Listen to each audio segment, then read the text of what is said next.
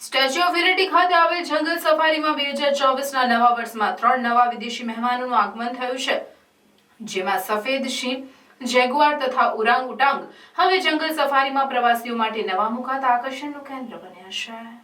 Ektanagar statue of unity પાસે 375 એકરમાં પથરાયેલા zoological park જંગલ સફારીમાં 1500થી વધુ દેશી અને વિદેશી પ્રાણીઓ અને પક્ષીઓ ખુલ્લા મોટા બેરેકમાં મૂકવામાં આવ્યા છે અને સમયાંતરે નવા પક્ષીઓને જંગલમાં પશુઓ સફારીમાં ઉમેરો કરવામાં આવે છે. અગાઉ સ્નેક હાઉસ પણ ખુલ્લું મૂકવામાં આવ્યું હતું. હવે વધુ નવા 3 વિદેશી પ્રાણીઓને દુબઈના એનિમલ ઝૂમાંથી ઉરાંગ ઉટાંગ, જેગુઆર અને સફેદ સિંહ પ્રવાસીઓ માટે જંગલ સફારી પાર્કમાં લાવવામાં આવ્યા છે. 3 સફેદ સિંહોમાં 2 માદા અને 1 નરનો સમાવેશ થાય છે, જ્યારે 2 જેગુઆરમાં 1 નર તથા 1 માદા છે. તેવી જ રીતે 1 ઉરાંગ ઉટાંગ પણ એકતાનગર ખાતે આવેલ જંગલ સફારીમાં લાવવામાં આવ્યું છે.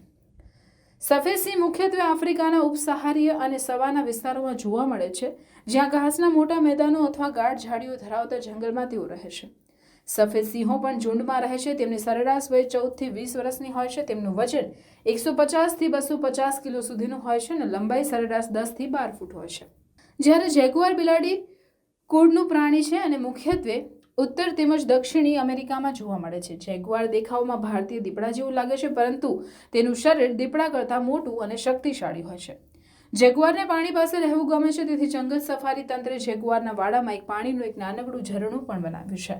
રહેણીકરણી તથા આક્રમકતામાં જેગુઆર વાઘ જેવા જ મનાય છે. જંગલ સફારીમાં જેગુઆરનું પિંજરું ભારતીય દીપડા તથા સફેદ સિંહની વચ્ચે છે. પ્રવાસીઓ તેમને કાચના મજબૂત આવરણની બીજી બાજુથી જોઈ શકે છે, જ્યારે જંગલ સફારીમાં આવેલ ત્રીજા સભ્ય ઉરાંગ ઉટાંગ છે.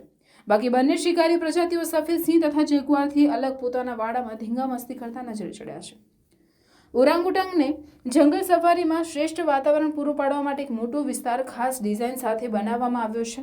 આ વાડામાં ઉરાંગ ઉટાંગ માટે ઘણી બધા મજબૂત દોરડા બાંધવામાં આવ્યા છે કે જેથી તેને હરવા ફરવામાં કોઈ મુશ્કેલી ન પડે.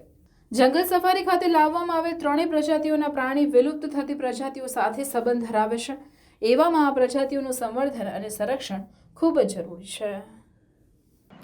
સ્ટેચ્યુ ઓફ યુનિટી એરિયાના સાનિધ્યમાં સ્થિત સરદાર પટેલ ઝૂઓલોજિકલ પાર્ક, જેને આપણે જંગલ સફારી પણ કહીએ છીએ, આમાં 6 નવા પ્રાણીઓ આવ્યા છે, જેમાં 1 આફ્રિકન સફેદ સિંહ, 2 આફ્રિકન સફેદ સિંહણી, 2 જેગુઆર અને 1 ઓરાંગુટાન, જે પ્રાઇમેટ્સ પ્રજાતિના એક પ્રાણી છે. એનો ઉમેરો અમારા સરદાર પટેલ ઝૂઓલોજિકલ પાર્કમાં થયું છે.